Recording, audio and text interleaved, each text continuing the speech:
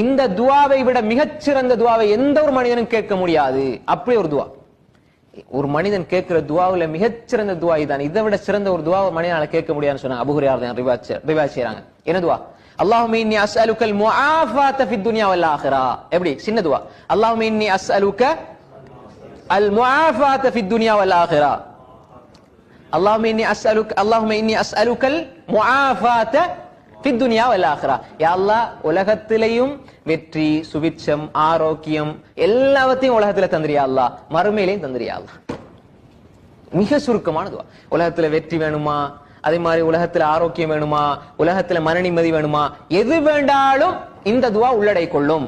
எனவேதான் அல்லாஹும்ம இன்னி அஸ்அலுக்கல் அஃவ, அல்லாஹும்ம இன்னி அஸ்அலுக்கல் முஆஃபாத ஃபித் துன்யா வல் ஆখিরা. இன்னொரு ரிவாயத்துல வருது அல்லாஹும்ம இன்னி அஸ்அலுக்கல் அஃவ வல் ஆஃபியான்னு வருது. அஃவா வல் ஆஃபியா ரசூல் ஸல்லல்லாஹு அலைஹி வஸல்லம் கேட்க சொல்லி இருக்காங்க.